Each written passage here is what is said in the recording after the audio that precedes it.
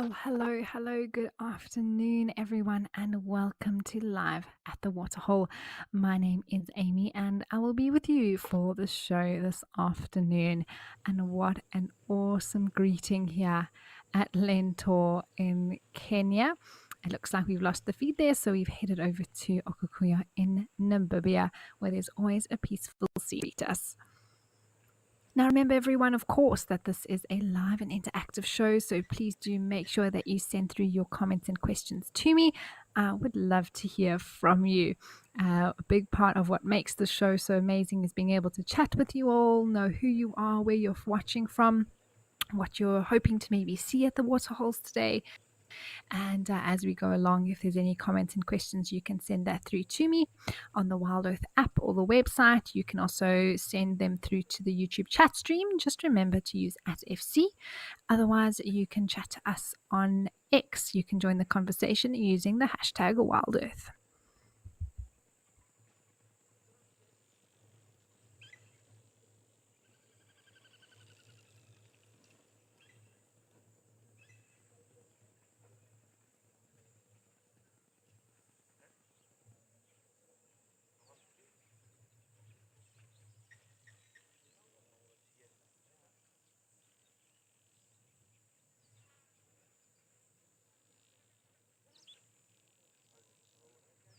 It looks like there's a small herd of springbuck that have come to drink on the right hand side of the waterhole here. But it's nice to see the sun shining and that it's warm weather somewhere here in the Lowveld. We are having about a miserable morning. It is so cold. And I know some of you watching will say, no, it's not that cold. It's about 16 degrees Celsius. But for us here, used to such high temperatures, this is really chilly. I had to get out my winter woolies again from the cupboard that I had packed away. And yes, definitely trying to keep warm today. Plenty of coffee and hot chocolate on the go.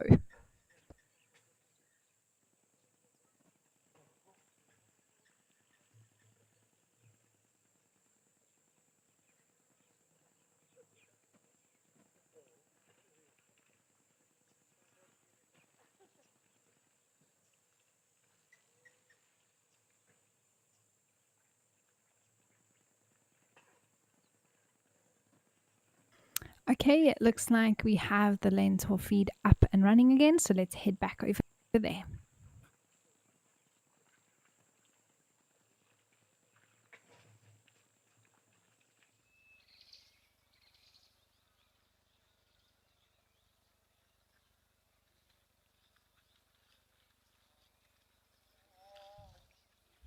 This is such a cool scene, isn't it? This is very quickly becoming one of my favorite waterhole locations. I love that the water is filled with the little flowers from this tree that seem to be falling into it. Looks like a thorn tree, maybe an umbrella thorn. And because of the time of year, it's flowering, and those flowers seem to be falling into the water, and it just makes the most beautiful picture.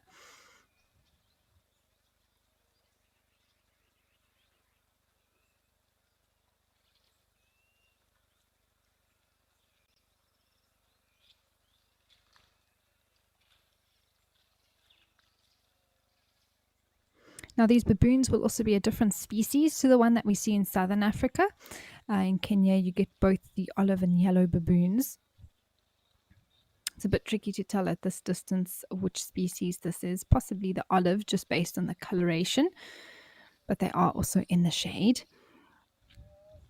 But the chakma baboon is one that's limited to southern Africa.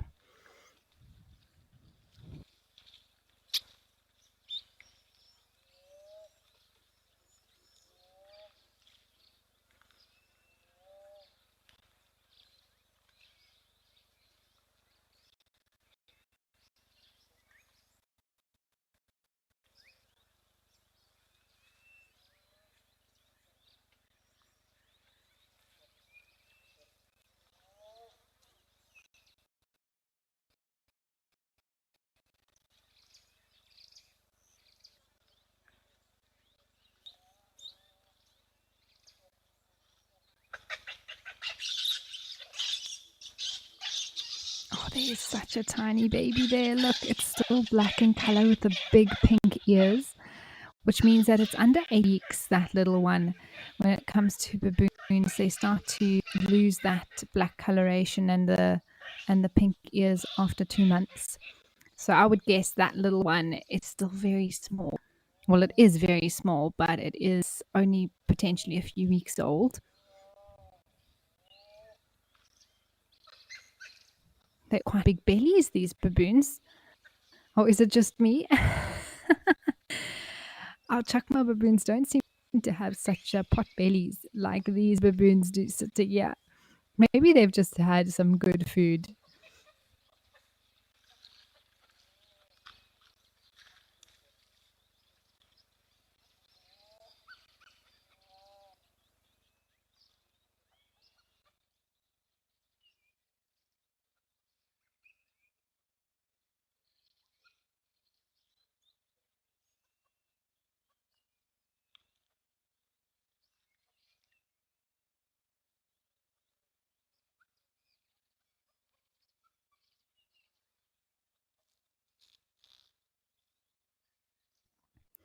Hello, Darcy Miller. Lovely to hear from you. Baboons are fascinating. I could really watch them just like I could watch elephants all day. They're always doing something. I mean, look at that one now, picking off something that was bothering the other one around its bum. Maybe something like a tick or a parasite or something. It's like, oh, can you just get that for me? There's always something going on as we look. I mean, look on the right there. That one now seems to be the one that does a lot of grooming for the other smaller ones.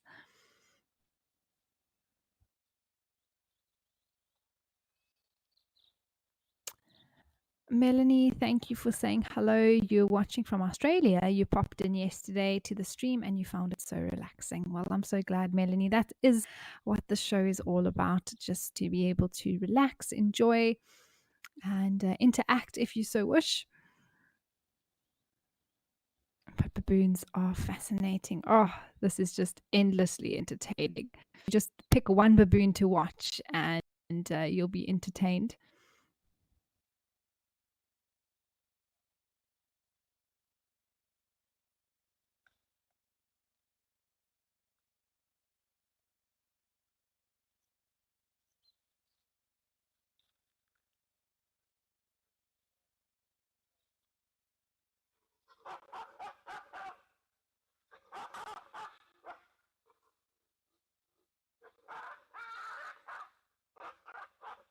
Oh, wow. That looks like a very big male. Sure. And you can hear a little bit of interaction between them here. Maybe one's not being so happy with one another.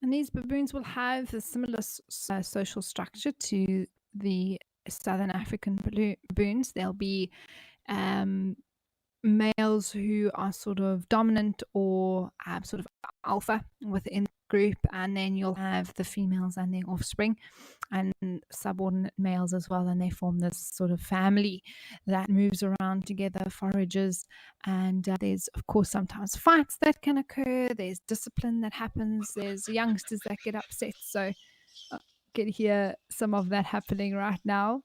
A very familiar sound to many of us who have spent time with baboons before.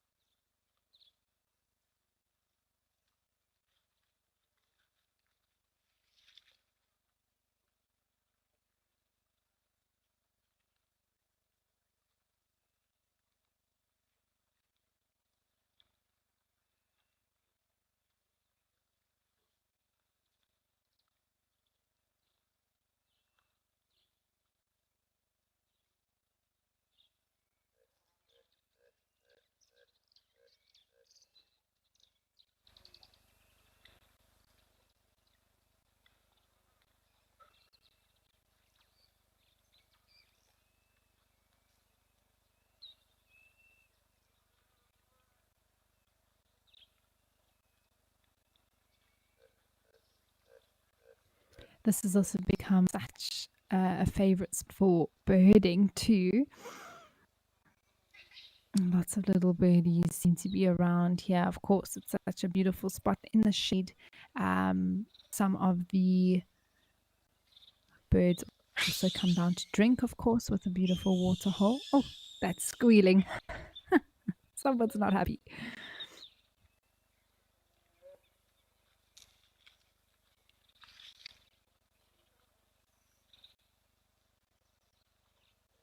Look at the little one on the back.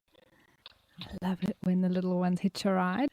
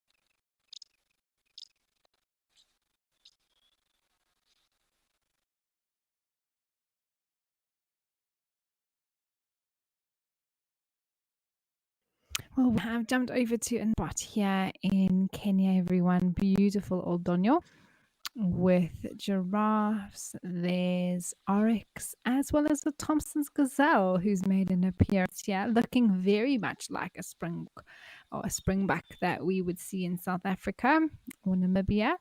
They have slightly longer horns, I would say, and a little bit faster as well in what their speed they can run.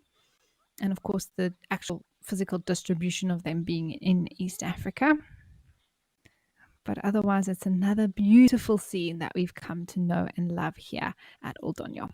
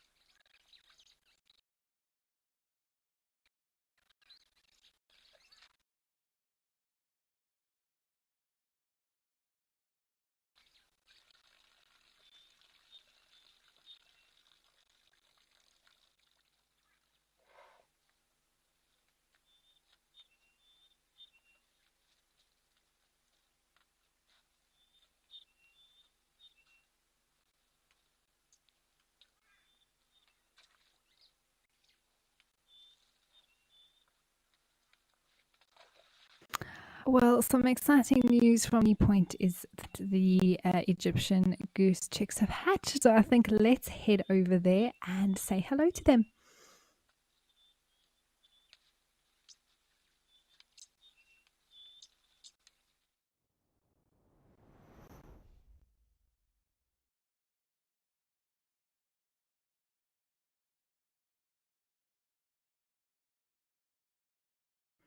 Oh, everyone, we knew this day was coming. In fact, it said yesterday, with it being about a month ago that the eggs were first seen, we knew it had to be any day now. And here they are.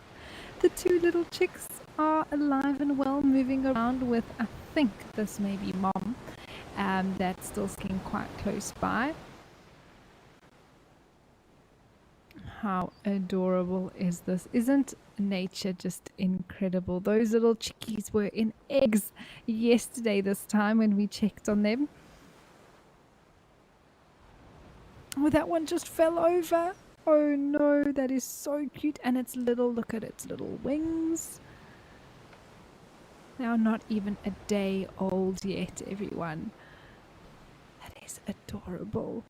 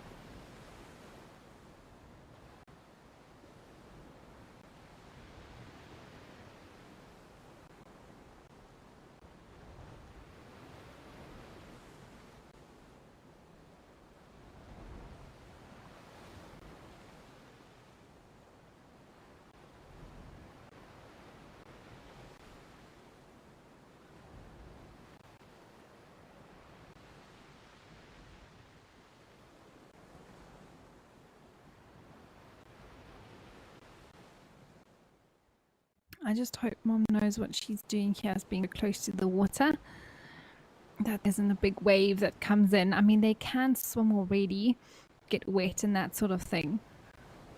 But I still think they would struggle against, I mean, the sea is completely different to inland lake or something that's very still and calm.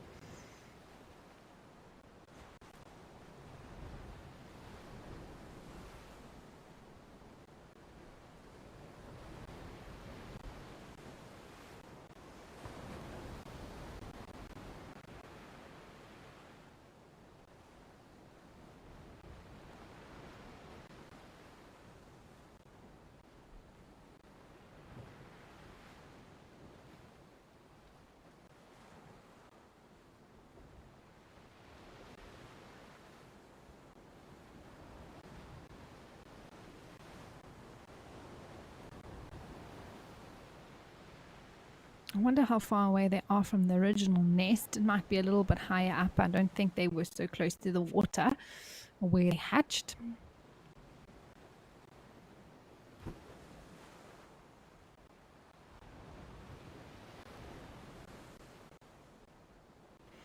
And they're going to grow. I can't believe how quickly in a few weeks they're already going to be double, maybe triple their size. Their colors start to change. And it's just amazing that they were literally born yesterday and they are, I mean, oh wow, look where she is. She's right next to the ocean. You know, they're able to move and see and walk and fully feathered and ready to go. So there's the hatch site. There we go. Can see the eggshells there as well. And that is where they hatched. Wow, is that amazing? Such a cool story.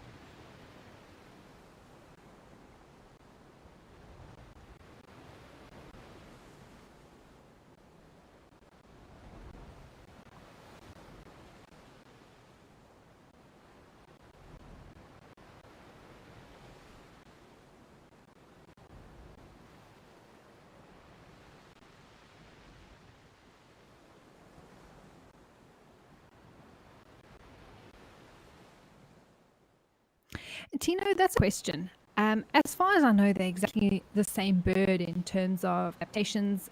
It's not really that they would need anything different other than having to probably deal with a lot more sodium with the salt water and perhaps sodium in their diet if they were to eat any of the algae, with them being grass eaters for the most part. But I mean, they've got the foot structure that helps them paddle. They've got the feathers, which are waterproof, or they help preen and make themselves waterproof, so that wouldn't be an issue. And essentially, Egyptian geese are just incredibly adaptable. They're those chico or goslings. Sorry, goslings. She's walking with them. So other than the normal adaptations, then any species that's just in a different area, I don't believe they possess anything specific for coast Egyptian geese compared to inland Egyptian geese. Very much the same bird. They look the same, they make the same noises, same similar social structure and territorial males that compete for females, and monogamous breeding. You can see those very heavily webbed feet there now.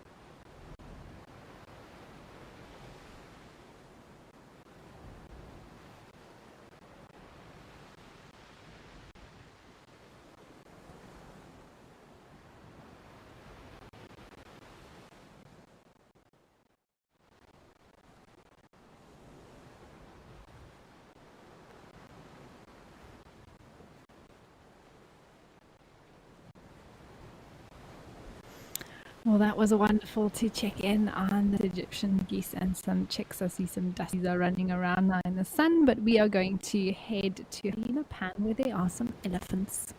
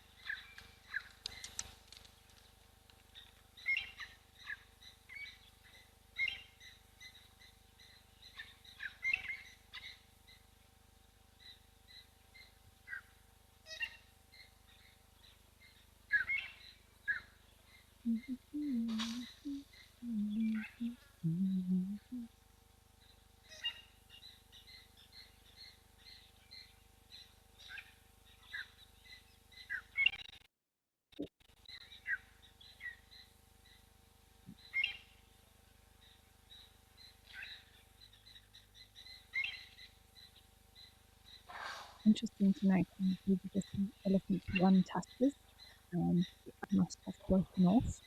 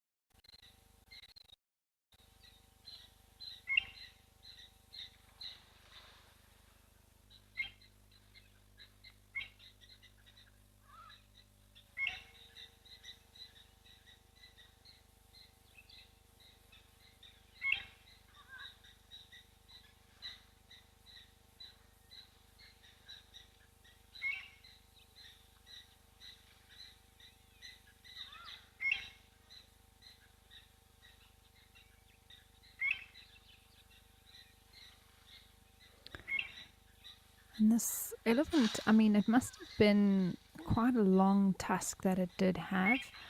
I mean, the long one that hasn't broken is really impressive. Wow. That was quite an entertaining splash.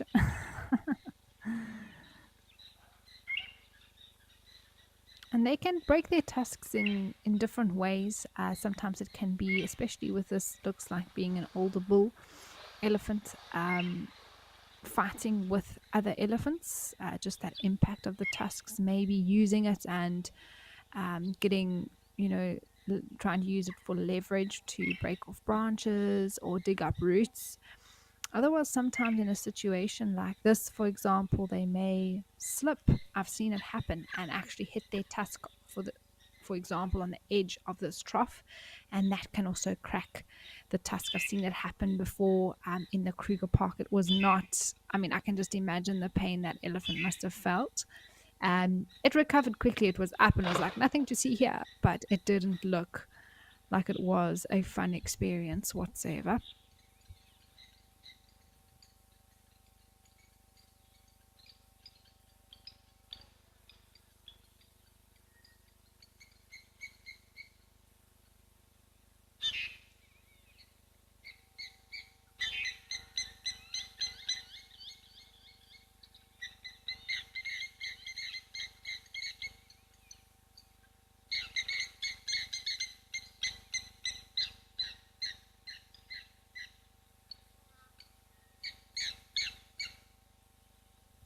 Now you can see him flapping the ears. Now that he's wet himself behind the ears like that, a cool breeze really helps to also cool down the body. The ears being such an important part of that process. Lots of blood vessels there behind the ear. You can actually see the outline of them. And because of the thin cartilage and skin over the ear, it means that those blood vessels are very close to the surface. And when they flap their ears like that, it helps quickly cool down the blood that is near to the surface there before it heads to the brain.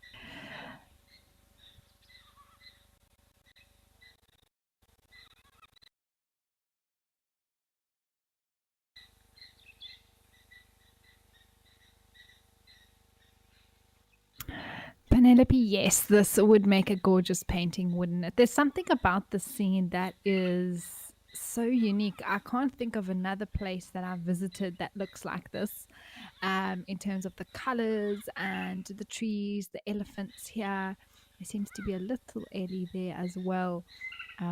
Is it suckling from mom? I'm not sure, but it looks like that herd's decided to rest there under the trees for now, which does make sense. It is the time of the day where it's getting to a really, really hot time. They've probably all had a drink of water, and now it's time to just rest in what shade they can find. Maybe the little ones are going to lie down and have a sleep while the adults keep the lookout.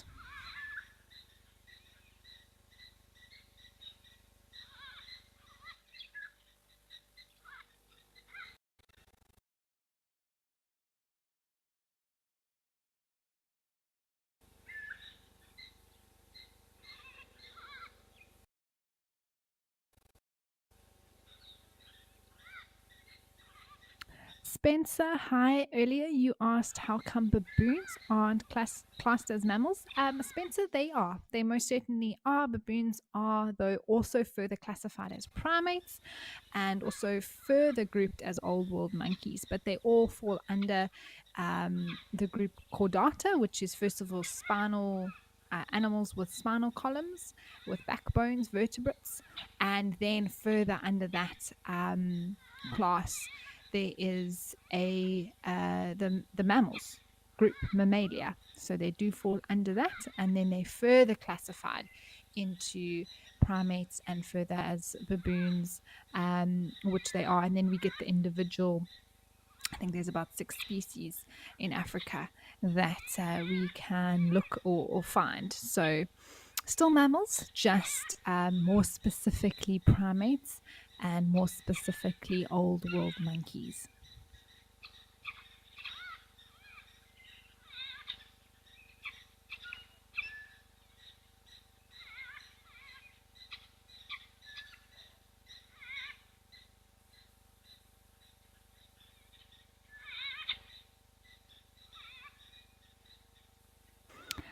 All right, well, a lovely visit here at Hyena Pan, and let's head over to Tau.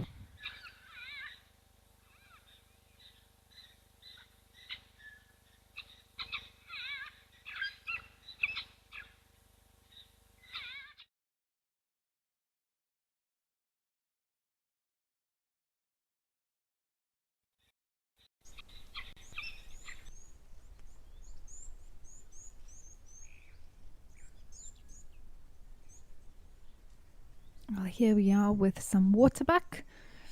There's some birds around. I wonder if we're going to be able to spot any of the crocs. I know we were asking where they were yesterday.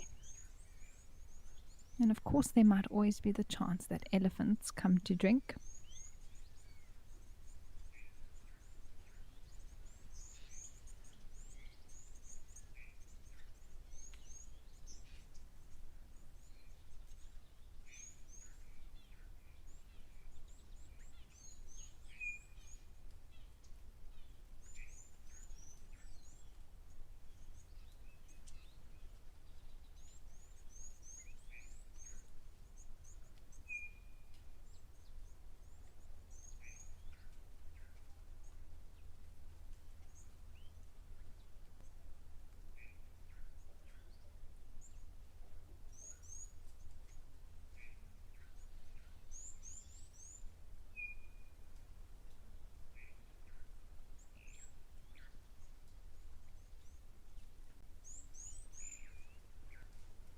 Oh, there we go. There is the croc. I know many of you were wondering where it is. There are at least 2 here. I'm not sure where the second one is, but at least we have found one, everybody.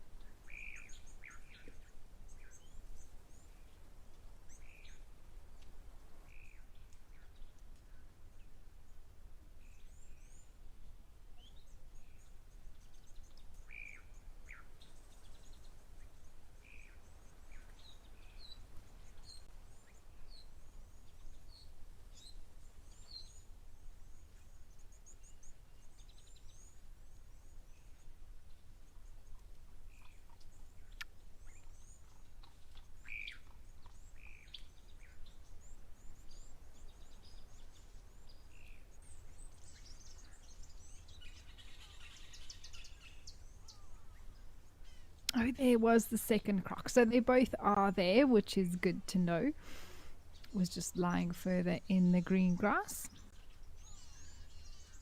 There's a grey heron. So there's lots happening here. lots happening. And as we look especially at these water holes, so you look, the more you see.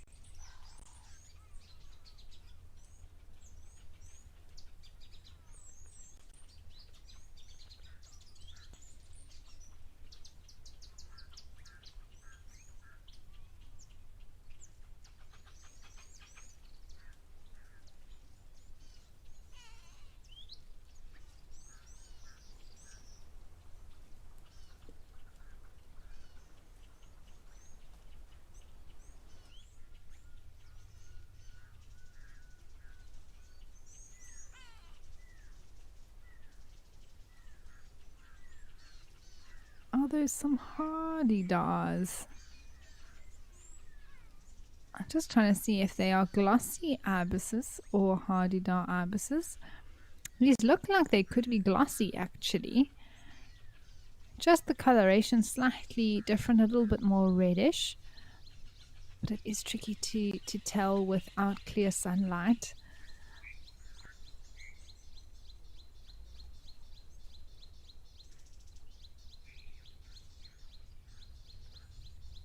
Oh wow, there's a big croc with its mouth open there. I'm focusing so much on the birds. So now we know there's at least 3 crocodiles in this waterhole, the one being there with its mouth open. I think actually trying to, I must just check exactly what the temperature is here at Tau, but they can either do it to cool down or actually to warm up, depending. And if they want to absorb more heat or if there's a breeze, sometimes that can help them to cool down as well.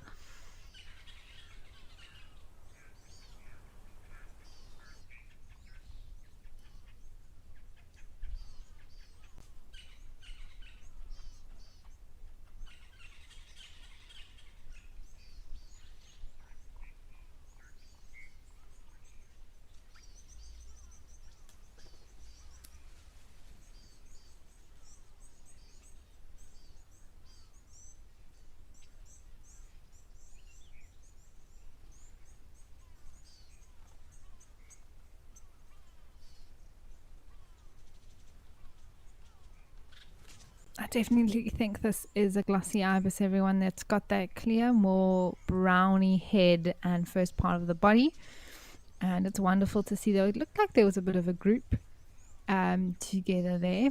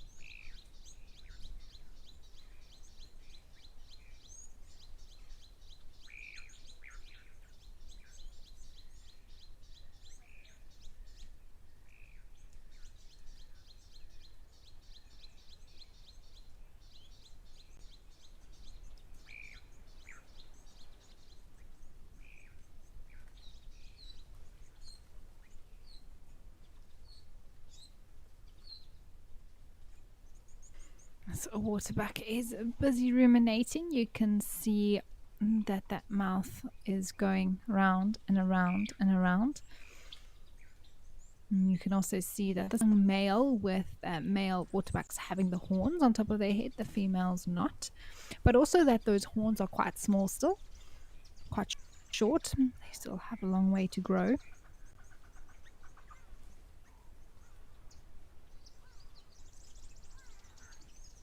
We've seen a group of young males hanging, well, not only young, there's been some older ones with as well.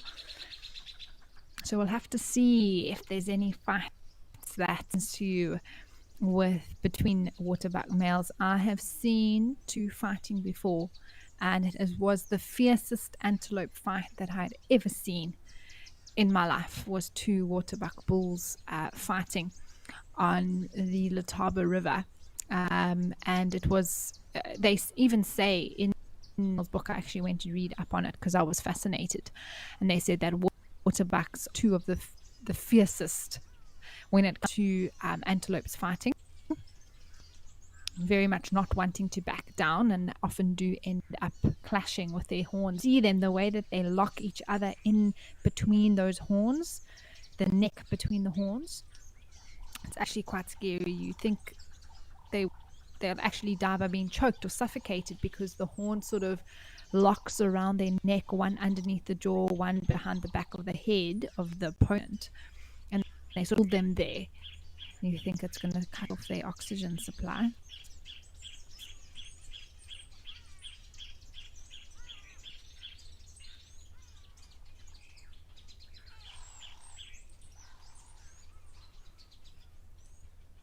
But this boy wouldn't be looking to do that just yet. He might do a little bit of play fighting, as it were, or maybe not so serious fighting.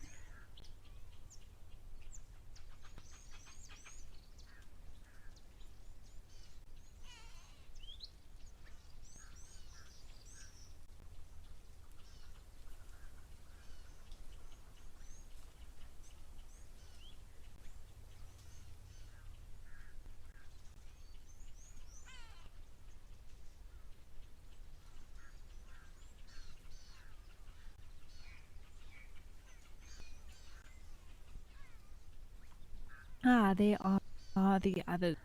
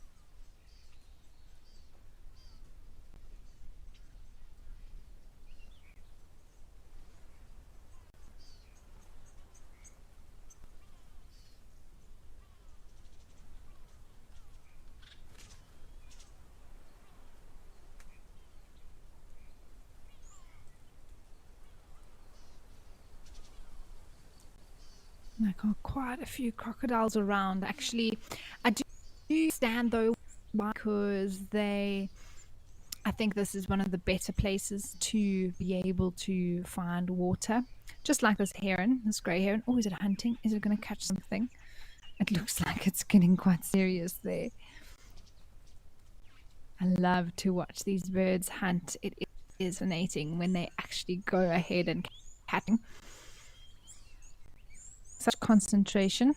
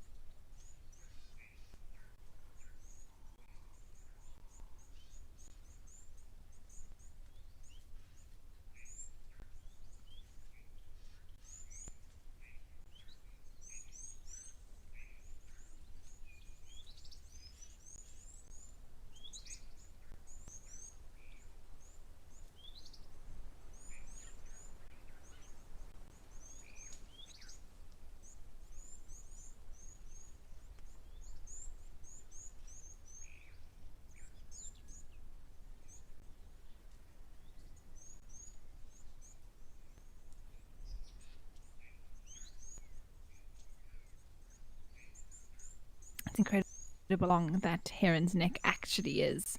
With all herons, I mean, they hide well the way it folds back into their bodies, but it's actually such a long neck depending on the heron itself. But even the green-backed heron, or also known as the striated heron, it sits hunched up for almost always, and even when it does sort of launch its neck out to get something, it's very quick. So I remember watching a slow motion video of a green-backed heron, and I cannot believe, I think the neck length is almost the same as its entire body length. I must just check that, but it's something incredible like that.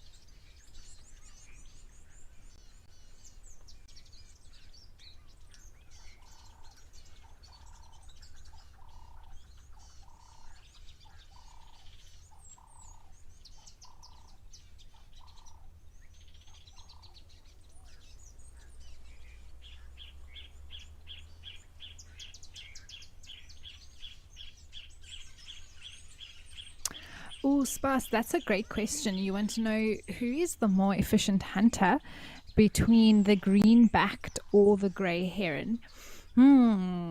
Difficult to say actually, unless there is official research that's been done. I think I've seen grey herons catch more, and that may be because they are larger birds, so they need to hunt more often. But I do know that green-backed herons practice a very interesting hunting technique where they actually fish for fish or any sort of prey in the water. They'll use a bait, and I saw that for the first time on Punda Game Reserve. It was incredible to actually see this heron was sort of hanging a little bit, I think it was algae or something like that, with its beak sort of on top of the water, and the little fish came up to it, and then it pounced. I don't know if pounced is the right word, but it charged with it and caught it, and that that's an interesting technique that I don't know of any other bird doing, or definitely haven't seen another bird doing. But in terms of efficiency, Spas, it would purely be based on my personal observations, and I would say the grey heron just because I see them hunting more and catching more, but it doesn't mean that they aren't equally as efficient in terms of catching things. I think herons are incredible hunters and very, very efficient at what they do.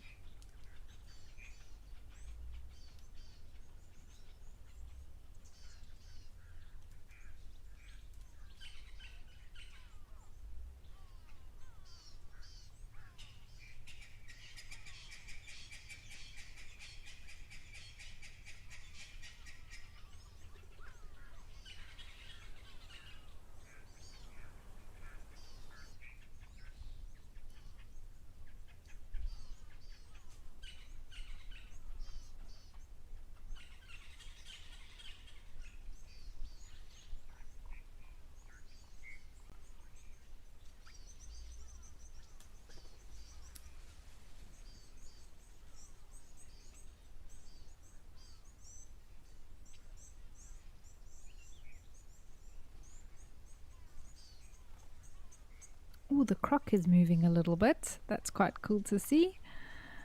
Maybe it's heading back towards the water. Catherine, such an interesting question. I actually had to check this one because I didn't know offhand, but you'd like to know how many neck vertebrae does the grey heron have? So birds in general have more neck vertebrae than us, especially the ones with very long necks. You can imagine, even though we talk about a giraffe only has 7 vertebrae in its neck, with birds it is a little bit different, and they have anywhere from 13 to 25 vertebrae. And I think with the grey heron, according to what I just checked up now, it's about 20 to 21 vertebra in that neck, that long neck that's able to be retracted.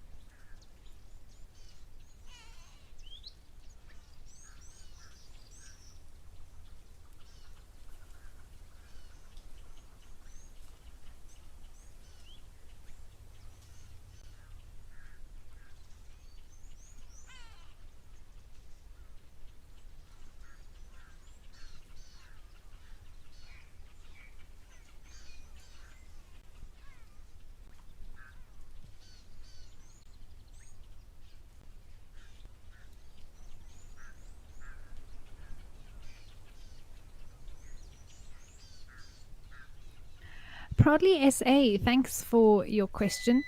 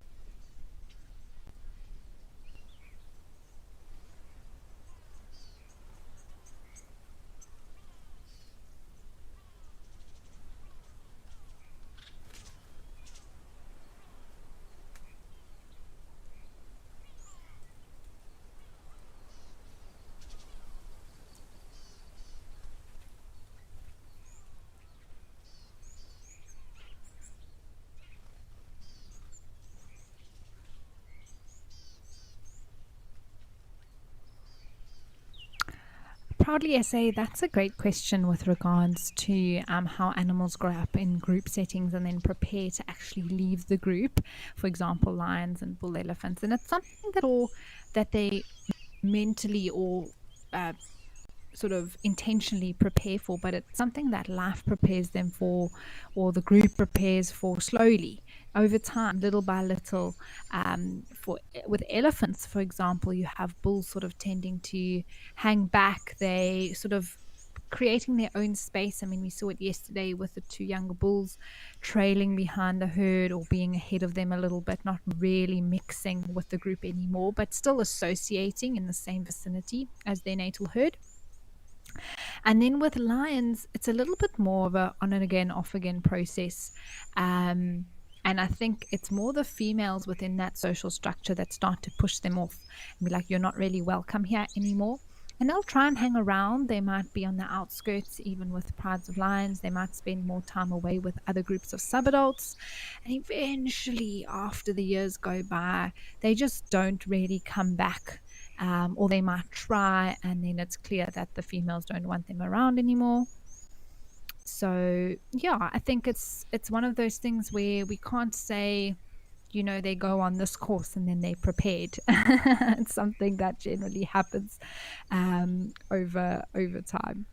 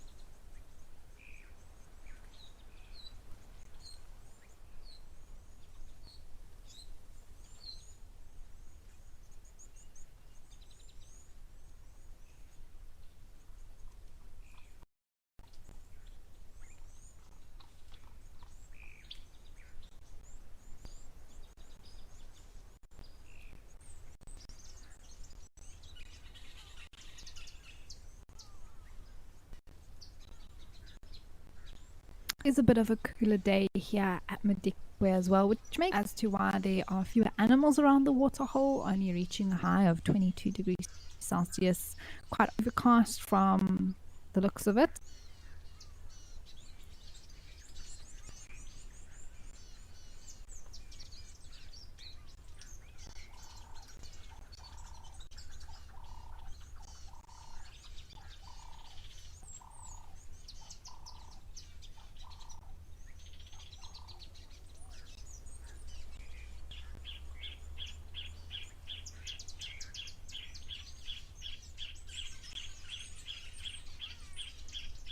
Let's head over to Founders.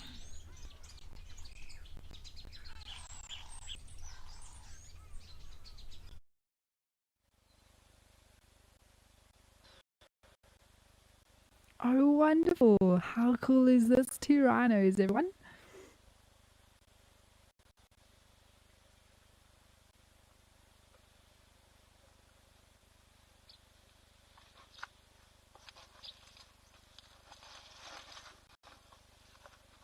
It almost slipped there on the bank, but luckily it had enough strength, engaged 4x4, and it was able to get up the hill.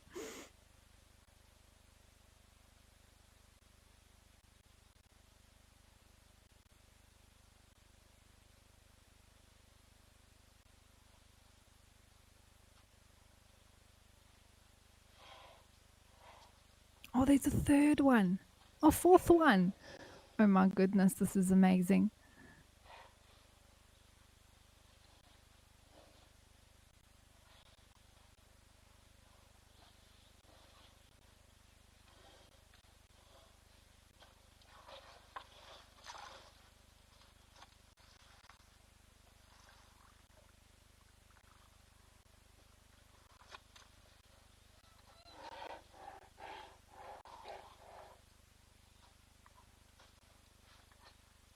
Interesting sounds I can hear as well.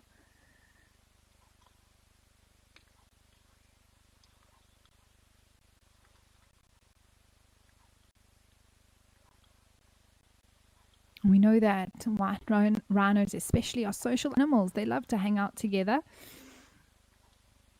And we have a crash here. An appropriate name for a group of rhino, I think, a crash of rhinos.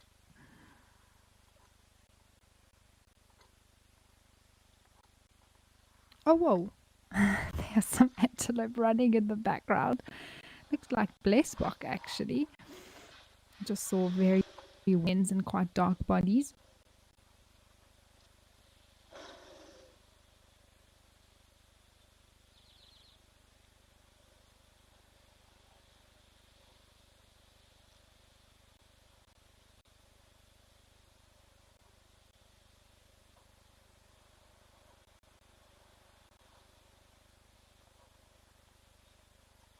There they come running back again.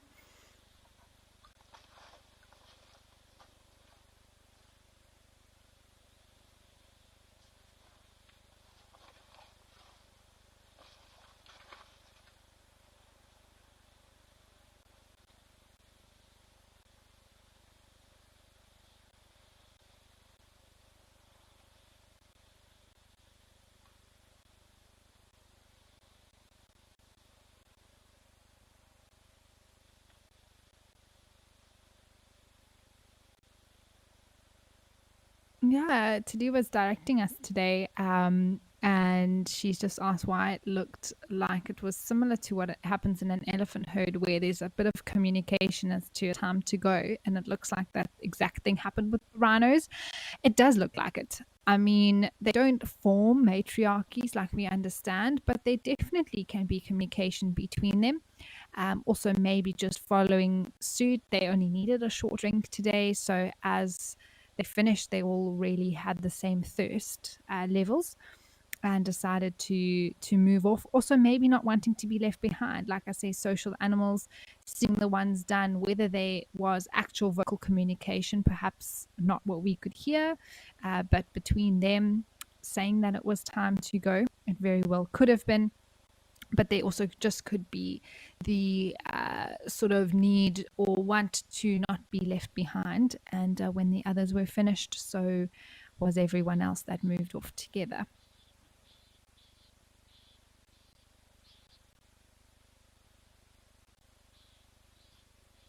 But it's wonderful to be back here at Mantis Founders. How beautiful is this? The sky, and it's been a while actually, but wonderful to see the rhinos here again.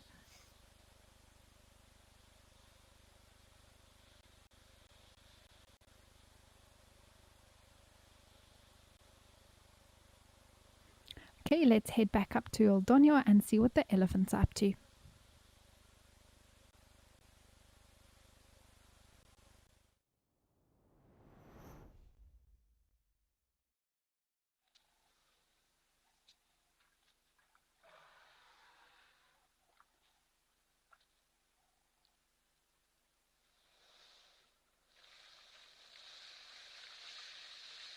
Well, it's always good to be here with two big Ellies having a drink. Some giraffes and oryx are also around, it looks like.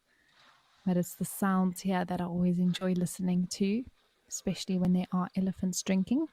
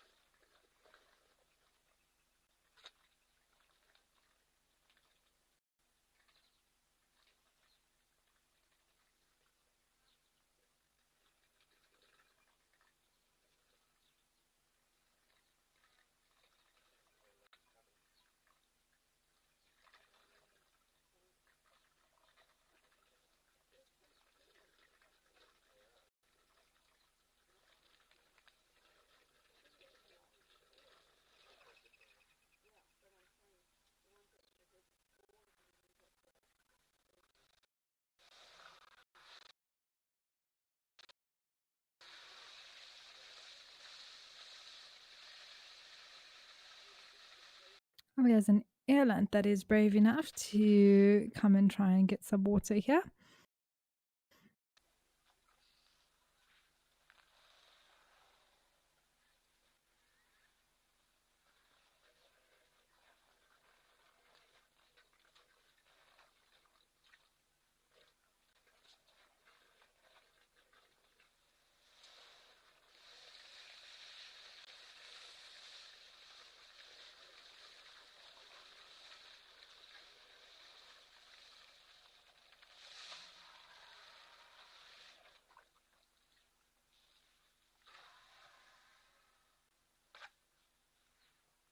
I think the giraffe was inspired. It's also making a move. Both of the eland and the giraffe have a lot of oxpeckers on them.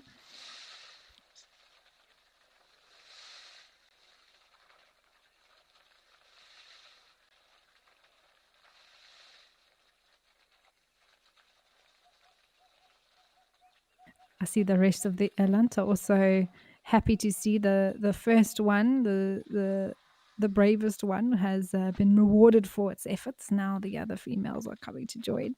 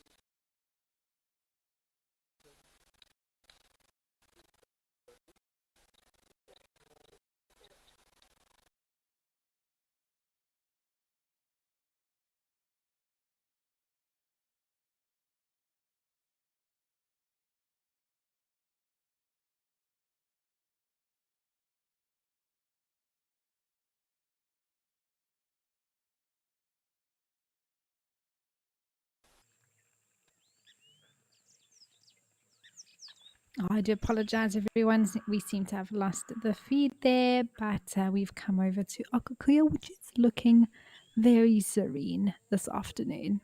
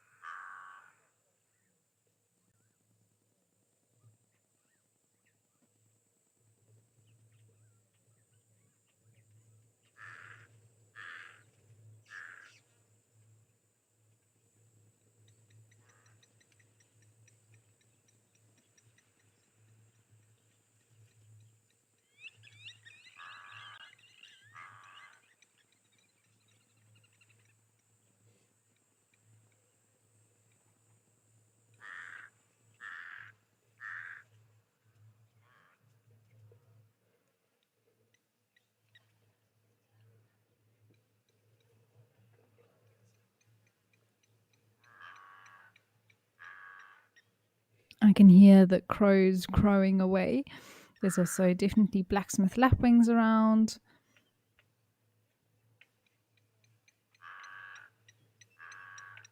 And there seems to be some animals that are in the distance there. They look sort of like zebras. I wonder if they're going to make their way to the waterhole.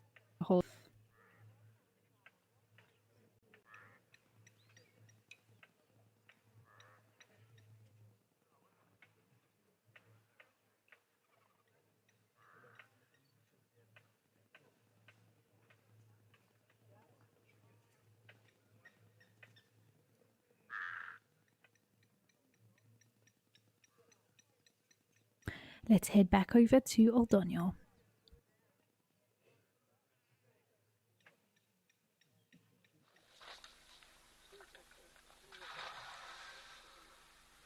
I see the giraffe did make it to the water.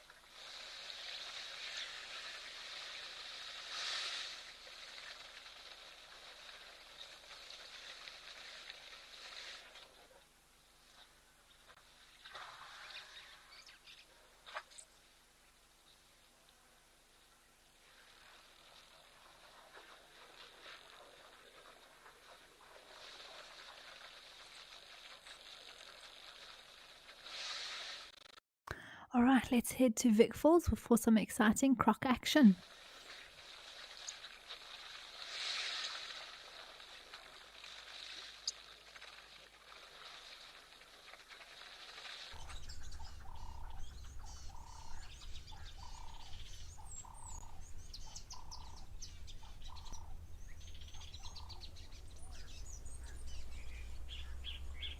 So apparently the crocodile that's there has been trying to maybe grab a bird or two, but let's just watch and see. I see a marabou stork on the right and some guinea fowl on the left.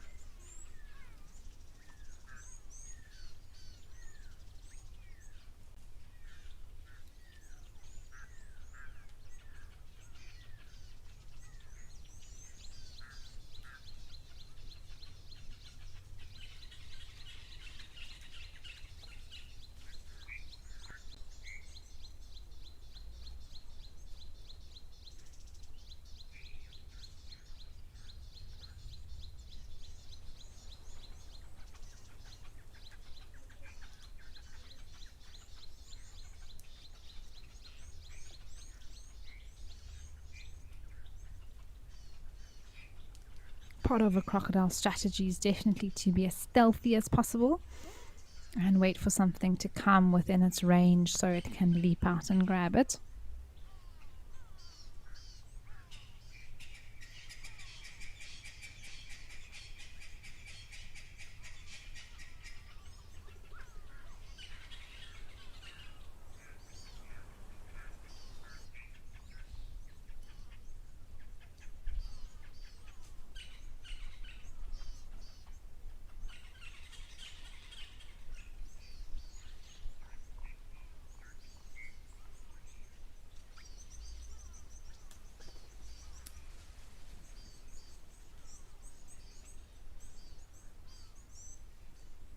You can see all the guinea fowl are sort of grouped under the tree and the marabou stalk sticking to the right. I wonder if it didn't try and grab something already and now everything's just sort of being very cautious.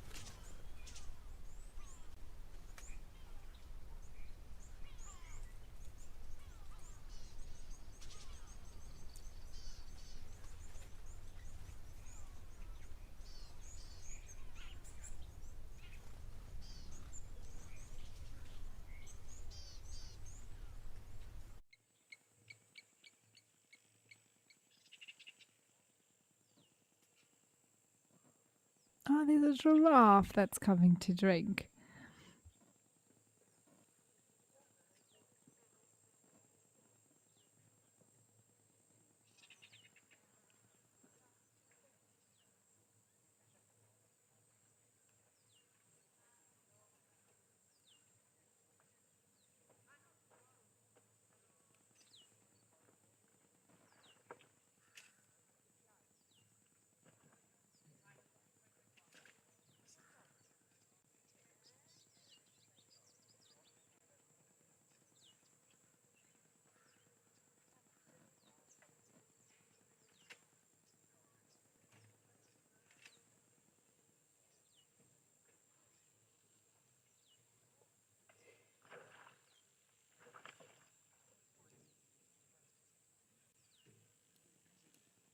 Also seems to be a small herd of what look to be springbok there drinking.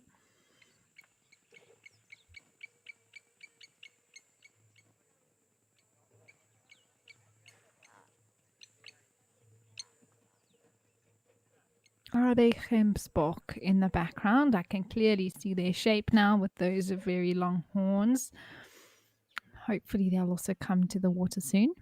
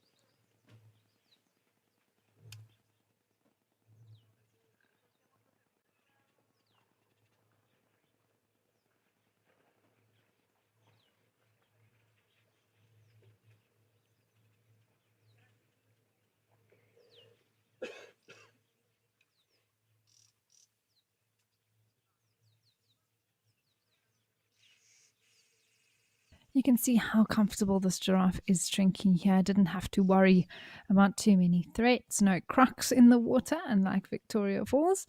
And this particular giraffe using the straight leg strategy or technique here at the waterhole to drink.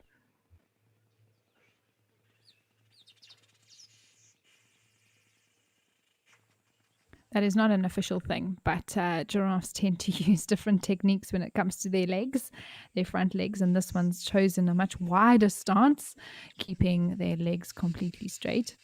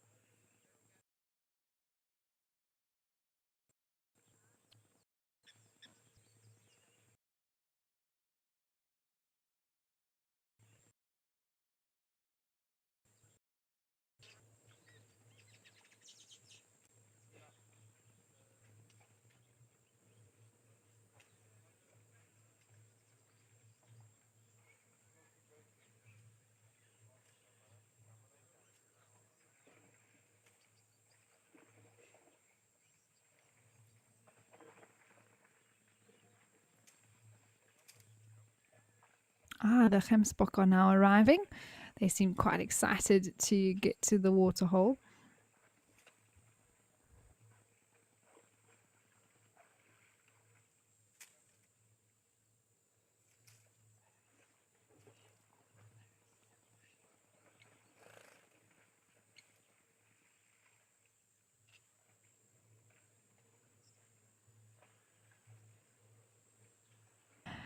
Let's head back over to Kenya to Lentor.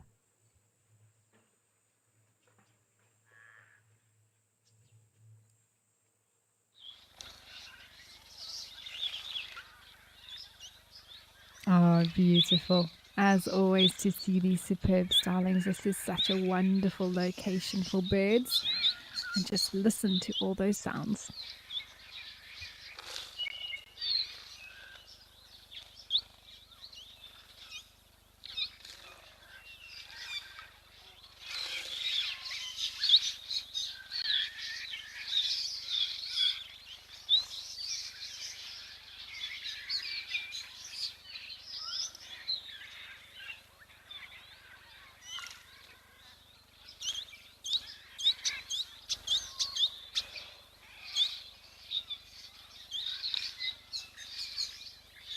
Looks like there could be some northern grey-headed sparrows mixed in between here.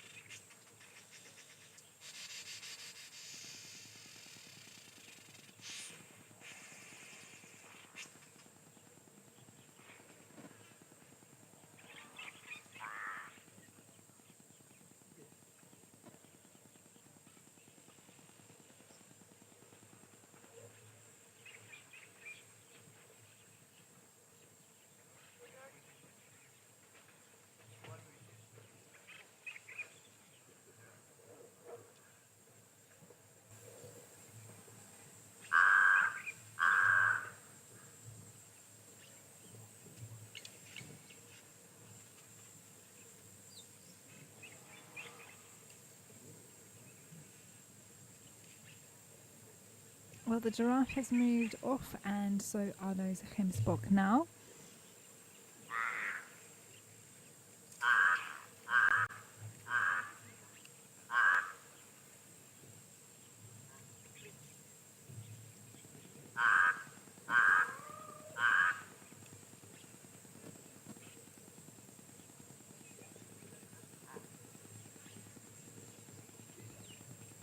I'm waiting for the European bee eaters to arrive here at Okukuya. I remember hearing them in the summer and loved being able to hear and see them come swoop down for water, sometimes land in that tree there on the left-hand side.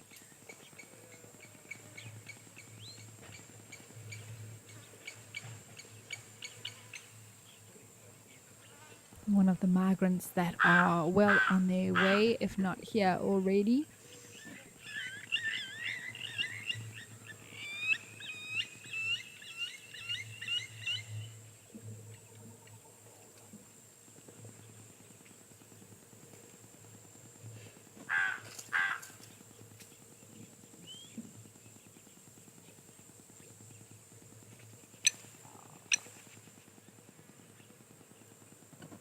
And I remember when we also had a little, I think it was a three-banded plover chick here, if I'm not mistaken, or it was a lapwing chick, but either way, I remember being able to spot it on the shoreline. Maybe we'll get some more chicks hatching around here. We had the Egyptian geese, I think, with the goslings as well that we followed before they moved off. So summer's on its way, hopefully with a lot of little birds and animals to go along with it.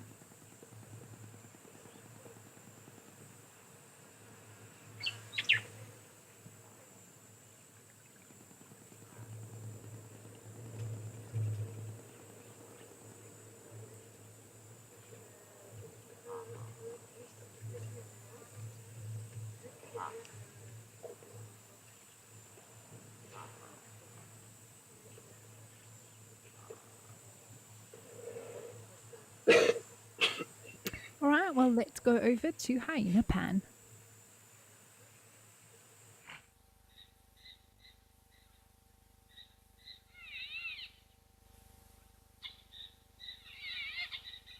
We have more ellies. How wonderful. Can also hear some greater blue-eared starlings calling. That sort of meh in the background.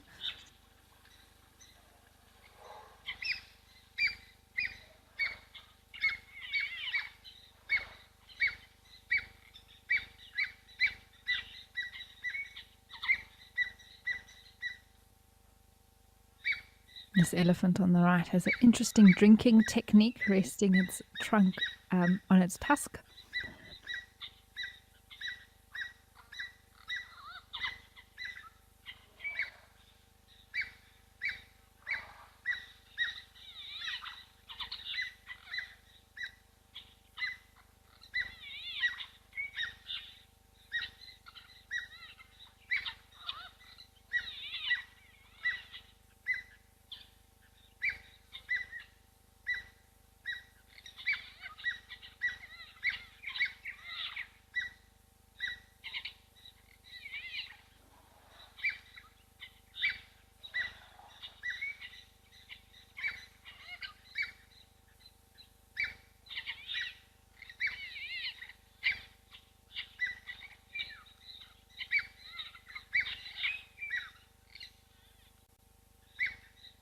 I love watching this one on the left, resting its foot, looking very sophisticated with its very own footrest at the moment.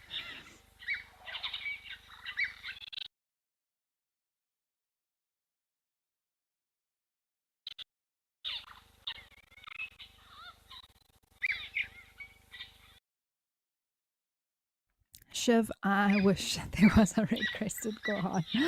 Oh my goodness, that would be incredible. The best sighting I've ever had of that red-crested corn on my last stint at Chuma. But no, I can't hear any calling, and I definitely can't see any displaying at the moment.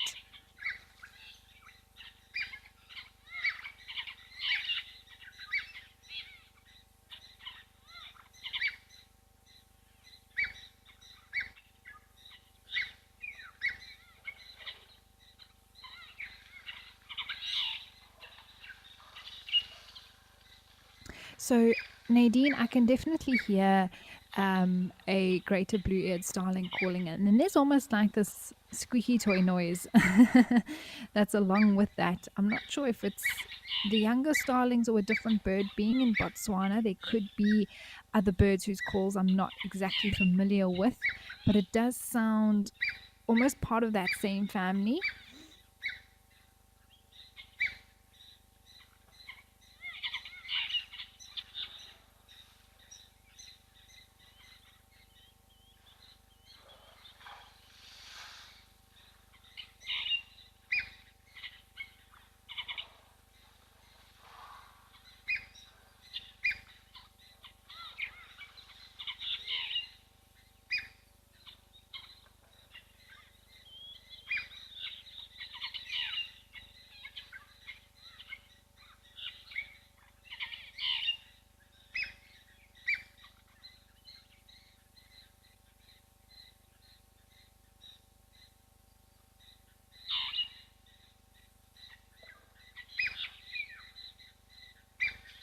Also sounds similar as part of the Pallas family, like a little bit of almost like a yellow-breasted Pallas, but not its full call. That's very incessant. So yes.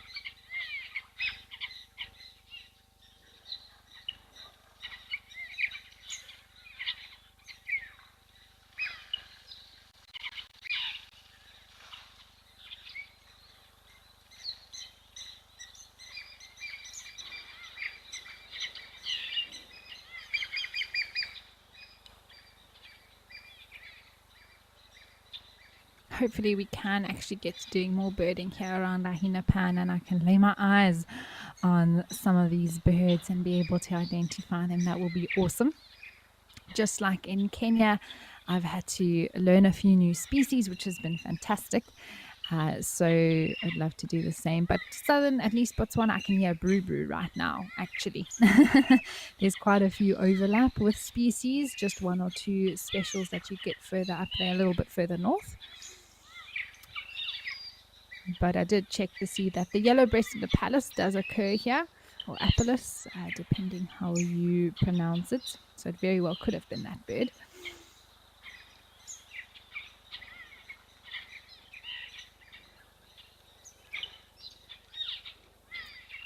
Yeah, Milo, it does look very much like a salt pan. In fact, not here, but in a neighboring country where we have Okukuyo, as well as another location in Namibia. There are the salt pans, but it's the coloration as well. And obviously with the trees growing here, all of those factors together, it's incredible what it looks like. But it's been a wonderful afternoon with you all here at live at the Waterhole. Thank you all for joining us. It's gone by quite quickly this afternoon. Of course, with the cooler weather being here in Southern Africa, the waterholes were a little bit more quiet, but it still was a wonderful chance to relax and enjoy and take in a whole bunch of different scenes, which is always a huge part of what we enjoy so much here at the Waterhole. I'll be back with you all tomorrow for another show, same time, same place.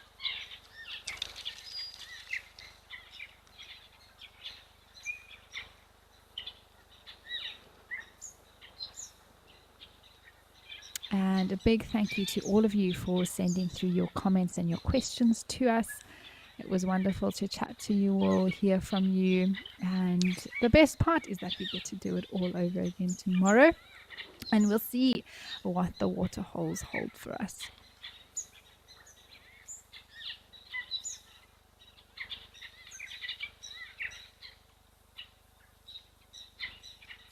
So from myself and the team here at Live at the Waterhole, we wish you a pleasant evening or day ahead. Goodbye.